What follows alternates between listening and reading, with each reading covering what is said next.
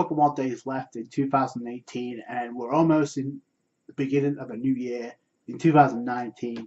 It's pretty much the time of the year to reflect and look upon all those moments when it comes to anime. Stood out as wow, these moments or episodes were amazing. And to be blunt, there was a lot to choose from because there's so much epicness in the year of 2018. And even though Jump Festa for the upcoming year was kind of underwhelming, very lackluster, part of that was due to, I guess, the overhypeness, if that's a word, from the fandom of most of the franchises. Most of that strikes on us because we were expecting so much, considering what we got last year, which I'll get to in a minute, because it led to, in my opinion, one of the greatest lineups in anime, period. Kind of a top. I don't think they could have had a better lineup than the one we got this year, when it comes to so many series returning or starting up, like Black Clover, Overlord returning with 2 seasons, which is hard act to follow. There are a couple of things I'm really looking forward to when it comes to the 2019. The feels from My Hero Academia, it was All Might versus All for One, and boy, this fight lived up to the hype. So All for One, and then it was up to All Might to do something about it, and boy did he ever. And I think the sheer epicness and the realization on the part of Deku and the others that put with an amazing idea of getting Baku up there, and they did. It was left to All Might to like try and do something to keep and settle things with All for One, and it led to one of the most best animated fights and moments when it comes to All Might using All for One to the United States of Smash. Boy, everything that built up, and it was the person that taught him prior to All Might down All for One was tremendous. Like passing of the torch from All Might over the Deku instantly. The moment that we got that moment, you know what was going to happen. You knew who it was pointing to. Like I said, the feels were hardcore. So number 5, obviously, for My Hero Academia, episode 49/11.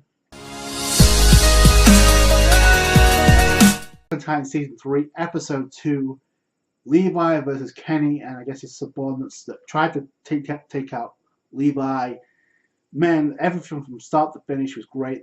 I guess the revelation of Kenny being an Akuman hit Mikasa hard under Kenny Akuman's leadership that tried to take out Levi. Levi escaping and dodging the bullets and the attacks was truly one of the best animated scenes of this season. Just too much action when it comes to like Titan slaying.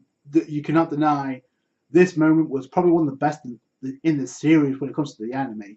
So who knows what season 4's got, but after a season of not seeing Levi do much of anything apart from being on the sidelines, boy was it a breath of fresh air to see Kenny and Levi duke it out in the second episode of season 3. That's my number 4. At number 3, and we're halfway there, episode 850, and there's a lot of episodes that stand up to me the most. Obviously, we're in the middle of the fight between Luffy and Katakuri, and I could name you an episode 850, and I'll tell you the reason why. Is because not only do we get a glimpse into Luffy being a leader and a captain and finally acting like it comes to episode 850, is that how Luffy was able to regroup and come up with a plan and captain he is. And it's rare we get to see that because he's usually goofing off or kicking ass, but here it was a breath of fresh air. 850, we just got done with the death of Pedro, sacrificing himself to separate the groups, to separate the Sunny and the Candy from Perospero, to make sure that the Stripes could get away. They have Katakuri on board. Luffy's objective was to get Katakuri away without the most, but when you think about the episode that started the fight, pretty much, there's not much you can. Luffy literally said, you guys take care of the rest. I promise I'll be back. Trying to take down a heartbroken Carrot after losing Pedro. She tried to charge. Unfortunately, couldn't do anything. Luffy saves the day, grabs a hold of Katakuri with Gear 3rd, Sunny, and once Brule shows up, that's where all bets are off. He's like, yo, take care of things. take care of Katakuri. His job was to get Katakuri away from the Sunny. He did that. He took himself, Katakuri, and I guess Brule into the mirror world. And the moment that Luffy smashed the mirror and took one of his escape routes off the Sunny away, you know all bets were off. The stare down was there. The scene was great. Katakuri being the threat to the Sunny, the biggest threat. Straw Hats, the spotlight was on them to try and deal with Big Mom. We just got done with that. So, and Sanji doing the wedding cake with pudding and chiffon, finally got that done in the anime. But this is the episode that pretty much starts it all when it comes to Luffy and Katakuri, and it's my #1 episode of 2018 when it comes to One Piece. But it's at number 3 when it comes to the top 5 list. And that's the Taizai, the Seven Deadly Sins Season 2 was a long wait to get to. We finally got it this year, and it was not a disappointment. The only thing you got to question is kind of the ending, because it felt rushed. Where, believe me, if not for my pick, this would have made the number 2 list when it comes to, I guess, Merlin returning and doing another thing, taking down Grey Road, and obviously scaring the living daylights out of Broadren and Grey Road. It just showing how broken she is. And then I guess you can say that also the, but none as epic as this introduction, and in my opinion, one of the best anime introductions to any character. I think since Kaido's introduction, which is a while back now. But boy, this goes to the introduction of Escanor, the Seven Deadly Sins, Season 2, Episode 14. Boy, we knew Meliodas was hunting, I guess tracking down the 7th and final member of the Seven Deadly Sins, being, I guess, Escanor. We got a brief mention that he was as strong as Meliodas, which is a hype building state up to when it came to the episode, realizing who that was, and oh, how is he going to be this OP compared to Meliodas? Boy, did we find Garland and Melascula, who pretty much got themselves drunk and were trying to play a game, trying to hunt down Jericho, Bon, and Elaine. Kind of felt like they kind of killed Escanor. He rose up from the ashes in a different form. He buffed up. He was continuing to buff up. And that moment when you realize that Garland's kind of fucked up here, boy did he ever, because he did that. You knew all bets were off. He slashed right through Garland like it was nothing. The terror and the fright and Melascula, the realization like, oh boy, he just literally slashed through Garland like nothing. And even though the fight between Estarossa and Escanor it was an epic confrontation, no question, but it was kind of rushed. But this moment stands above anything else when it comes to his introduction, like Garland, and actually turn the tables, use his own ability, his own fright of not telling the truth. He tried to run away. He got himself to stone. The same thing that happened to Merlin. So then Melascula tried to absorb his soul by sucking out his soul, I guess, burning it insides, and really display what it means to tangle with the sun, known as the Lion's Pride, Escanor. Man, that introduction was something else. And even the Bomb was like, oh, we could be in trouble here, because when it comes to his personality, it's like Dr. Jekyll and Mr. Cat, 2 different personalities. But boy, that difference it makes when Escanor goes into full-on beast mode is something to behold. And it's the first introduction we got to Escanor. One of the best introductions, in my opinion. But let me know what you guys think. And it stands at number 2 when it comes to the Nanatsu no Taizai Season 2, Episode 14. And the best episode of 2018. Now, like I said, there was a bunch to choose from, and really, it comes down to Dragon Ball Super. Now, you're probably thinking this is going to be 130. No. Because 130 was only the prelude compared to the epicness of the episode that was to follow.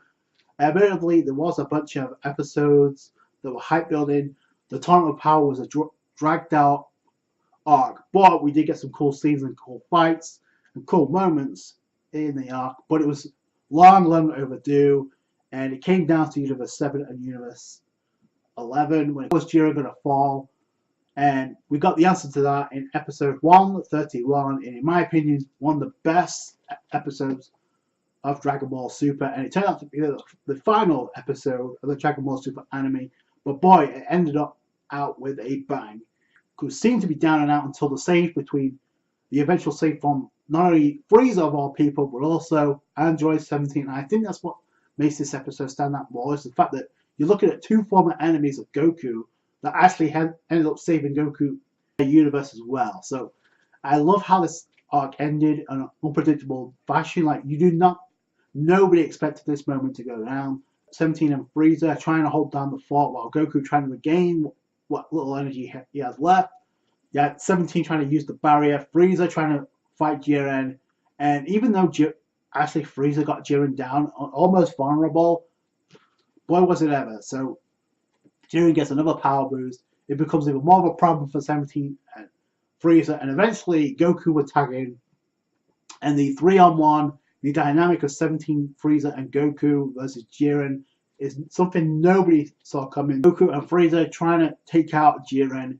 The well-animated scenes, Jiren just trying to free himself from the rubble, and then Goku coming down with Super Saiyan strength. You see it flickering, and then Frieza and Goku hold on to Jiren for dear life, throwing him out of bounds, leaving 17 there, the last person standing and the last man standing for, I guess, for Universe 7. Stands out as my #1 favorite episode of 2018 because it was a breath of fresh air rather than having Goku be the last one standing, which we all thought that would happen. And even though the outcome was kind of predictable when it comes to, I guess, all universes being wished back after being erased, we knew that was going to happen anyway.